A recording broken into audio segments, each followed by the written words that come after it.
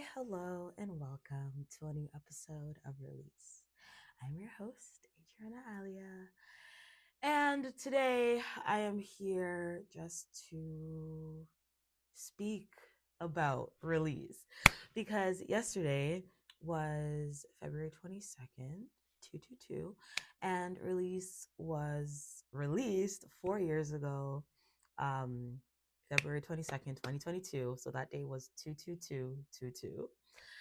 And within those 4 years, I have learned a lot about myself and a lot about how I exist in the world. And I kind of wanted to talk about that a little bit. Maybe you can resonate. Maybe you can find the words if you struggle to articulate something that I am about to speak about. Um, when I started Release, I felt the urge to share my story. I felt that it was necessary because, as someone who was pursuing a psychology degree and also um, accessing mental health services, I recognized that although the medical system, uh, the mental health system is there to help us, it is not the be all end all of help, especially when it comes to mental health. So I guess that's the first thing. The second thing, the reason why Release even came to be is because I wanted, or I guess it's a segue, it's because I wanted to be heard. I desperately felt as if I was not being heard by my doctor. I was not being heard by my therapist. I was not being held in the way that I felt as if I needed to be held. So I was like, okay, it seems as though I have to take this into my hands. Like, I have to be the one to speak from the inside, and hopefully other Black women, other women, other people struggling with these things can feel heard. And going through the past 4 years, I've recognized that I did not want to be seen. I just wanted to be heard so desperately. I didn't feel as if I was being heard by my family. I didn't feel like I was being heard by the church. I didn't feel like I was being heard by mental health services. I didn't feel like I was being heard at all. And I also felt as if I was unable to hear myself as well. I was unable to validate my own experiences. So, speaking about it was a way for me to articulate these things and to give myself the space to really be and to really allow myself to say, hey, I'm in pain and my pain deserves space. And by sharing my pain, I have had so many beautiful conversations with other people who feel unheard. And within the past few years, I've recognized, I don't want to cry. Oh, okay. I've recognized that I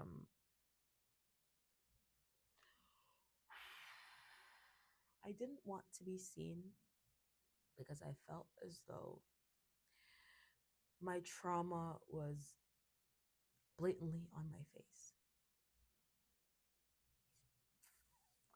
I didn't want to be seen because I genuinely did not know what it was like to be seen by others and to see myself. Like, to actually see myself and to actually give myself grace and to actually validate my own experiences. So I was hiding. I was hiding because I was so full of shame. I was so full of guilt for things that were not my fault. And I was scared of the people that had hurt me to see me speaking about these things so openly, especially when the wounds were still so fresh, and also to be judged by my peers. And things have changed now. I obviously speak more and I have more experiences to speak, but I was always shying away from opportunities to be seen and to be in the spotlight, because being in the spotlight had proven to be dangerous. Being in the spotlight meant that people that had bad intentions were able to get close to you or were able to connect to you more easily. And I think that I was trying to protect myself from possibly being hurt again. And I convinced myself that I was not the important part of the message, that the message at the forefront was what needed to be heard and what needed to be shared.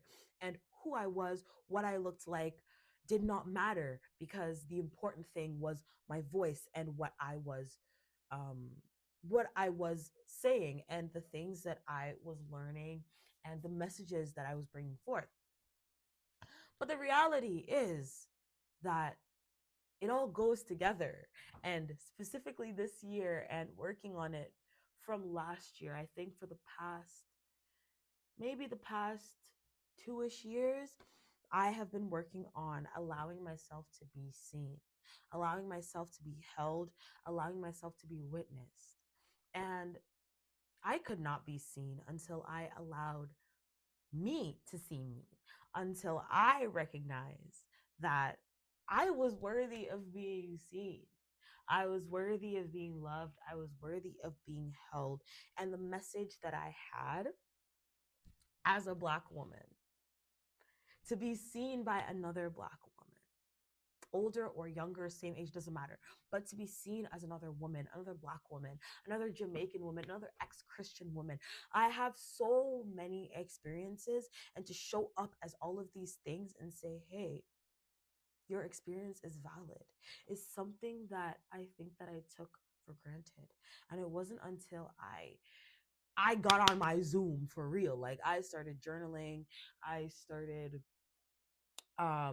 doing my shadow work, I started sitting in front of a camera, I started being asked to be in front of a camera, I started being asked, hey, do you want to do an interview? Hey, do you want to be in my video? Hey, do you want to blah blah blah, be a part of this project? And I practiced saying yes. I practiced saying yes and not abandoning myself, because this pain, this thing that I was going through, this trauma, I realized that the only people that I was doing a service to, the only people that I was really like allowing to benefit from my silence and from my hiding were the people that were hurting me. And I was giving them more opportunities to hurt me. That was the reality of it. I was hiding. Not only was I hiding in this way, I was hiding through, literally I threw away all of my expressive jewelry. It's just now that I'm starting to rebuild a jewelry collection. I had this huge, I love jewelry and I love self-expression, and I really stopped expressing myself. I genuinely stopped expressing myself in the ways that I wanted to, because I was terrified of being seen. I was terrified that people would see that I was hurt and I was harmed and I was sad and I was so full of pain. Like there's so much pain in my body, I couldn't even allow myself to feel joy. There's so much space for the pain that the joy could not even, the seed of joy could not even be planted, because I was already uprooting it. So I am just here to say that you are worthy of being seen. And perhaps this is a new era of release. Perhaps this is a new version of release where I sit down once a week and I just do what I usually do, um, audio, but I do it sitting in front of a camera. Yeah. So this is a love letter to release. This is a love letter to everybody that has listened to me, everybody that has witnessed me, everybody that has reached out and said, hey, this episode has helped me. everybody that has listened and not reached out, thank you. Thank you. Thank you. Thank you. Thank you. Thank you. This is a love letter to my past self for being brave enough to do this. I love you, baby. And I love you. And as this transforms and shifts and changes, and as I transform and shift and change, I thank you for your patience and I thank you for your love. And again, I love you so, so, so, so much. And I will talk to you in the next episode. Bye.